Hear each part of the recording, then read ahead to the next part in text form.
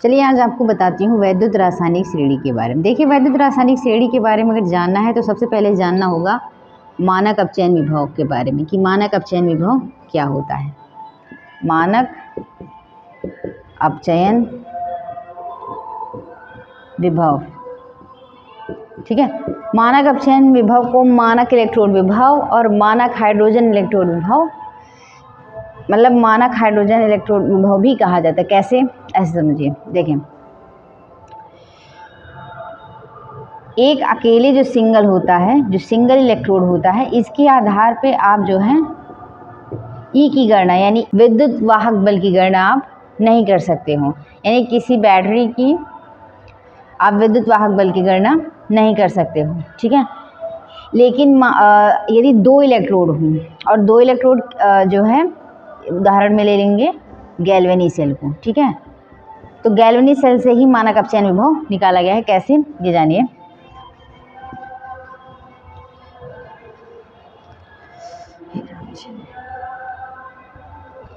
देखिए galvanic cell में क्या होता है, दो इलेक्ट्रोड होते हैं, ठीक है। गैल्वेनी सेल में दो इलेक्ट्रोड होते हैं। तो जो हाइड्रोजन है, जो हाइड्रोजन होता है, इसको मानक माना गया है और इसी के सापेक्ष दूसरे इलेक्ट्रोड पर जो गणना आती है, किसमें, एक जो है यंत्र होता है पोटेंशियोमीटर। ये जो यंत्र है, इससे गणना की जाती है ईएमएफ की, ठीक है, विद्युत वाहक बल की। तो वहीं से हम इसी ईएमएफ के आधार पर क्या निकाल लेते हैं, मानक अपचयन विभव। तो देखिए जो वैद्युत रासायनिक श्रेणी है वो तैयार की गई है धातुओं को जो है हाइड्रोजन के सापेक्ष इलेक्ट्रोड विभव के आधार पर तैयार की गई, जिसको मानक अपचयन विभव भी कहते हैं। यानी ये लिथियम के सामने जो है ये इसका मानक अपचयन विभव है, पोटेशियम के सामने जो इसका है मानक अपचयन विभव है। मध्य में कुछ और तत्व पड़ते हैं जो आपको सारणी से देखना है क्योंकि इसमें नहीं आ पाएगा।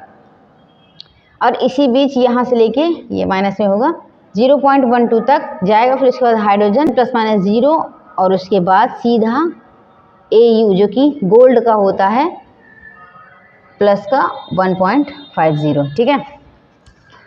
तो देखिए अभी इस वैद्युत रासायनिक श्रेणी से हम निकालते क्या हैं। सबसे पहले हम रासायनिक सक्रियता निकालते हैं, ठीक है। देखिए वैद्युत रासायनिक श्रेणी क्यों यूज की जाती है। सबसे पहला पॉइंट है रासायनिक सक्रियता के लिए, रासायनिक सक्रियता। अब रासायनिक सक्रियता क्या होती है, देखिए रासायनिक सक्रियता ऐसे जानिए कि हाइड्रोजन से ऊपर के जो तत्व हैं ये हाइड्रोजन से अधिक सक्रिय हैं। इसका मतलब हाइड्रोजन से नीचे जो तत्व हैं ये हाइड्रोजन से कम सक्रिय हैं। या ऐसे सीधे कहिए तो यदि आप नीचे से ऊपर की ओर जाएंगे तो जो सक्रियता का क्रम है वो क्या हो जाएगा, बढ़ेगा, ठीक है। सक्रियता का क्रम नीचे से ऊपर की ओर आप जाएंगे तो बढ़ेगा। इस हिसाब से सबसे ज़्यादा सक्रिय कौन सा होगा, लिथियम होगा। क्यों, क्योंकि इसका मानक अपचयन विभव सबसे ज़्यादा है -3.04 और सबसे कम सक्रिय कौन सा होगा, गोल्ड AU, जिसका मानक अपचयन विभव है प्लस का 1.50। दूसरा, ऊपर से नीचे जाने पर ऑक्सीकृत क्षमता घटती है, ऑक्सीकृत क्षमता घटती है। ऊपर से नीचे जाने पर ऑक्सीकृत क्षमता घटती है। ऑक्सीकृत क्षमता का मतलब होता है ऑक्सीकरण होने की प्रवृत्ति। यानी सबसे आसानी से ऑक्सीकरण किसका हो सकता है, लिथियम का। और सबसे कठिन से जो मतलब धीरे धीरे इसकी स्पीड कम होती जाएगी तो जो गोल्ड होगा इसका ऑक्सीकरण सबसे कठिन तरीके से होगा। यानी जो ऑक्सीकरण होने की क्षमता है ये घटेगी। अब ऑक्सीकरण क्षमता घटेगी तो इसका मतलब अपचायक गुण भी घटेगा, अपचायक गुण भी घटेगा। अपचायक गुण कैसे घटता है, क्योंकि जिसका ऑक्सीकरण होता है वही अपचायक होता है। तो यदि ऑक्सीकरण होने का गुण घटता जाएगा तो इसका मतलब वो सामने के लिए अपचायक होने का भी गुण घटता जाएगा। और चौथा पॉइंट क्या है, धन विद्युतीय लक्षण।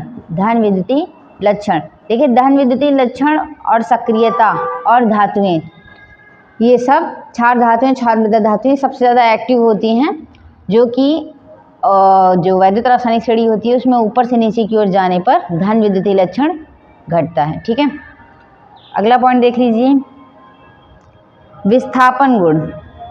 विस्थापन गुण, देखिए विस्थापन गुण जो है एक बहुत इंपॉर्टेंट पॉइंट है और ये इसका बहुत सारा एग्जाम्पल यूज किया जाता है। इसमें ध्यान दीजिए कि वैद्युत रासायनिक श्रेणी में ऊपर वाले से जो नीचे वाला तत्व होता है, या ऐसे समझिए जैसे मान लीजिए यहाँ बेरियम है, बेरियम से ऊपर कौन है, पोटेशियम।